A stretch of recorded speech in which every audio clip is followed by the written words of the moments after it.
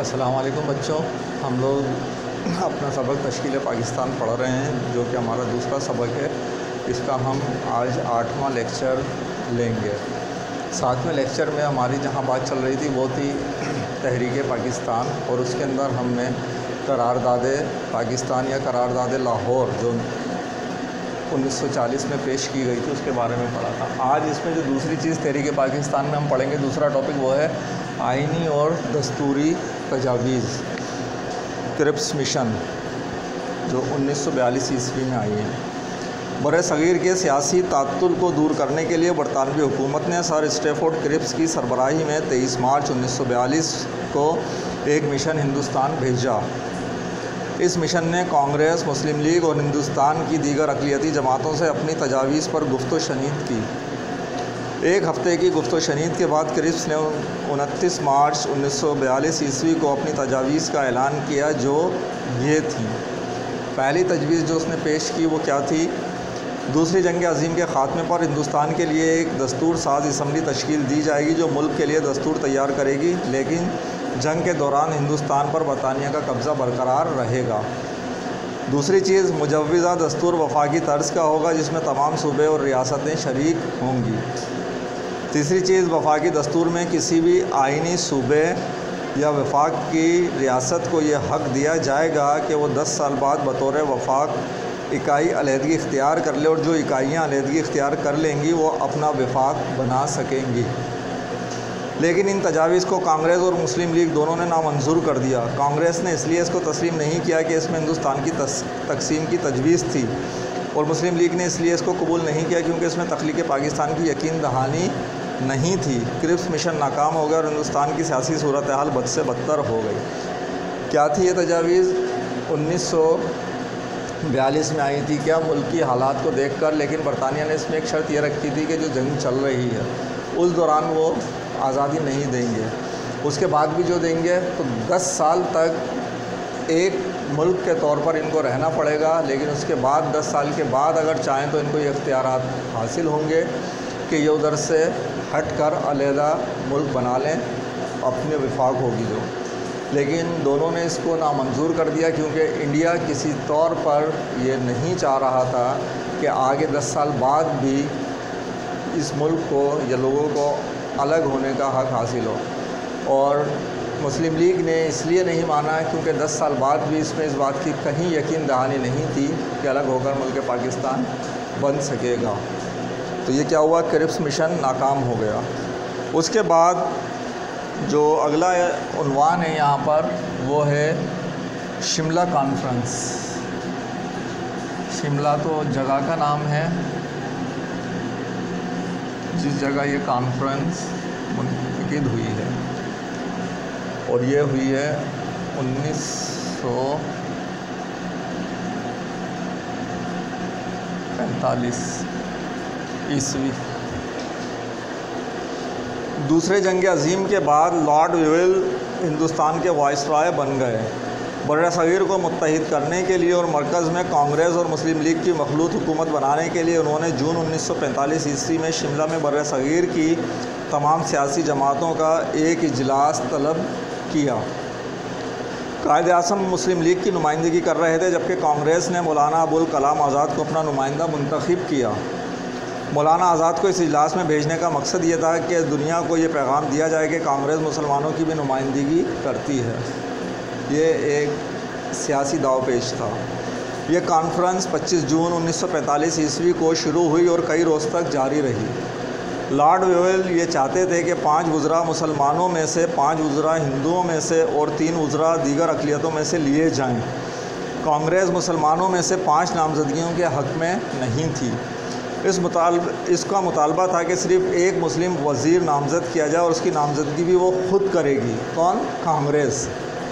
इस पर कायद-ए-आज़म ने मुल्क में आम इंतख़ाबात का मुतालबा कर दिया कि यह फ़ैसला हो सके मुसलमानों की नुमाइंदगी का हक़ किसको है। कांग्रेस के मनफी रवैये की वजह से ये कॉन्फ्रेंस नाकाम हो गई, लेकिन माँ सिवाय कांग्रेस दीगर तमाम जमातों ने आम इंतख़ाबात के लिए कायद-ए-आज़म के मुतालबे की हिमायत कर दी। इस मौके पर अक्सर मुस्लिम उलमा ने मुस्लिम लीग की हिमायत की। इस हिमायत से मुस्लिम लीग को तक़वियत हासिल हुई और ये हिंदुस्तान के मुसलमानों की इंतहाई मकबूल जमात बन गई। मुसलमान उलमा ने भी अब हिमायत क्यों की थी? इसलिए की थी कि 1935 ईस्वी में हिंदू वजारतों के बाद जो कुछ सलूक मुसलमानों के साथ किया गया, उससे जो हिंदुओं की सोच जो थी वो वाज़े हो गई थी। इसलिए अब मुसलमान उलमा ने जब हिमायत की है तो अब मुस्लिम लीग को एक धार सुई है और वो क्या हुआ है, मुसलमानों की मकबूल जमात बन गई। इसके बाद जो अगला उन्वान हम इसमें पढ़ने जा रहे हैं वो है आम इंतखाबात। कहाँ पर जो कायदे आज़म ने मुतालबा कर दिया था कि इसके लिए आप वज़रा के इंतखाब के लिए आम इंतखाबात करा लें, जो आवाम की राय होगी उसी को हम मंजूर करेंगे। तो ये आम इंतखाबात कब हुए हैं? 1945, 1946। दिसंबर 1945 ईस्वी में मरकज़ी कानून साज असम्बली के इंतखाबात हुए। मुस्लिम लीग ने क़याम पाकिस्तान के नारे पर इंतखाबात में हिस्सा लिया। मुसलमानों की अक्सरियत ने मुस्लिम लीग की भरपूर हिमायत की। मुस्लिम लीग ने मुसलमानों की तमाम 30 की 30 नशिस्तें जीत ली, यानी कि 30 नशिस्तों पर ही मुस्लिम लीग ने अपने मेंबरान को खड़ा किया था और या काउंसलर्स को समझ लीजिए आप, और 30 की 30 नशिस्तों पर उसको कामयाबी हासिल हो गई थी। कांग्रेस को 72 से सिर्फ 57 पर कामयाबी हासिल हुई। सिंध, पंजाब और बंगाल में मुस्लिम लीग को वाज़ेह अक्सरियत हासिल हो गई। फरवरी 1946 ईस्वी में सूबाई इंतखाबात मुनक़िद हुए। मुस्लिम लीग ने मुसलमानों की 495 नशिस्तों में से 430 पर कामयाबी हासिल की। मुस्लिम लीग ने बंगाल में अपनी हुकूमत बना ली, लेकिन कांग्रेस की साजिशों की वजह से वो असम्बली तोड़ दी गई। 1946 ईस्वी में फिर दोबारा इंतखाबात हुए। मुस्लिम लीग ने सिंध में तमाम नशिस्तें जीत लीं और अपनी हुकूमत बना ली। कांग्रेस ने पंजाब और शिमाल मगरबी सरहदी सूबे में मखलूत हुकूमतें कायम की। इसके बाद जो अगला टॉपिक है हमारे पास है वो है 3 जून का मंसूबा। 3 जून का मंसूबा और लॉर्ड माउंटबेटन।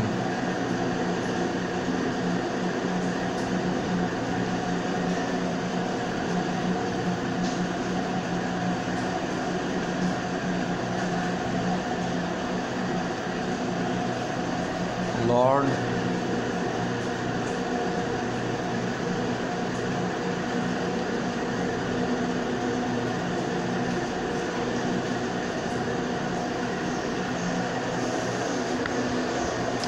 मार्च 1947 ईस्वी में लॉर्ड माउंटबेटन बर्रे सगीर के वायसराय बनकर आए, जिन्होंने बर्रे सगीर को मुत्तहदा रखने की बहुत कोशिश की मगर नाकाम रहे। वो इस नतीजे पर पहुँचे कि तकसीम बर्रे सगीर के अलावा बर्रे सगीर के सियासी मसले का कोई और हल नज़र नहीं आता।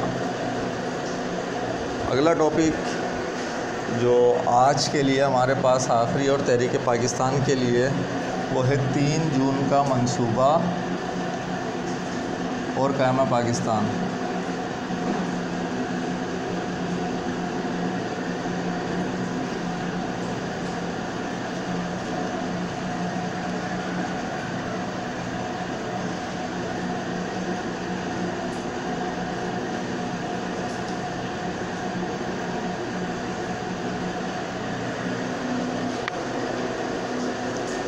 तीन जून 1947 ईस्वी को बर्रे सगीर की तकसीम का ऐलान किया गया, जिसकी रोह से इस बात का फ़ैसला किया गया कि 14 अगस्त 1947 ईस्वी तक इक़्तिदार हिंदुस्तान के हवाले कर दिया जाएगा। इस कानून की मंजूरी के बाद कानून आज़ादी हिंद 1947 ईस्वी कहलाया। 3 जून के मंसूबे में एक शक ये भी थी कि पंजाब और बंगाल की असम्बलियों के हिंदू और मुसलमान अरकान के अलग अलग इजलास होंगे और ये भी फ़ैसला किया कि सूबों को तकसीम कर दिया जाए तो इस तजवीज़ पर अमल किया जाएगा, जबकि सूबों की हदबंदी एक कमीशन करेगा। सिंध असम्बली कसरत राय से सूबे के मुस्तकबिल का फ़ैसला करेगी। सूबा सरहद और सिलहट के अवाम पाकिस्तान या भारत में शमूलियत का फ़ैसला इस्तिस्वाब राय के ज़रिए करेंगे। इस्तिस्वाब राय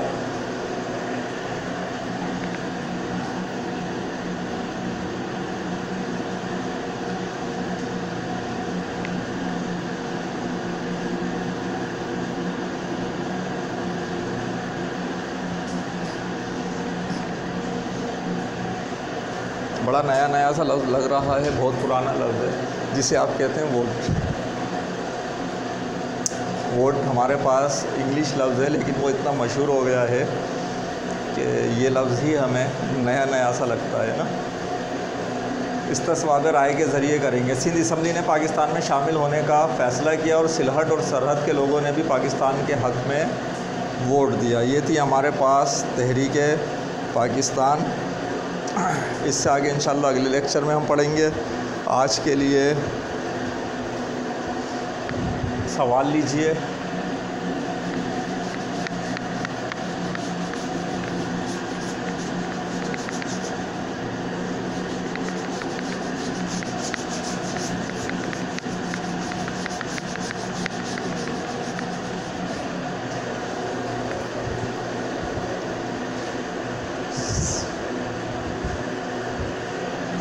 सवाल क्या है आपका क्लास वर्क में?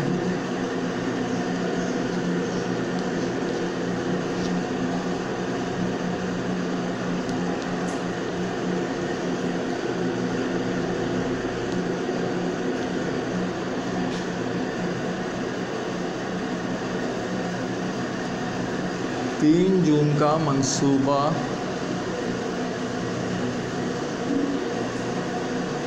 क्या था?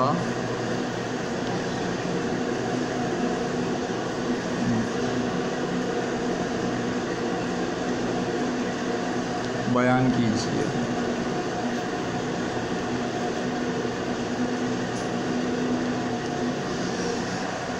ठीक है, तो ये हमारा आज का क्लास वर्क कर लिया आपने। ठीक है, इंशाल्लाह इससे आगे के लेक्चर के साथ आपसे अगली क्लास में मिलते हैं। अल्लाह हाफ़िज़।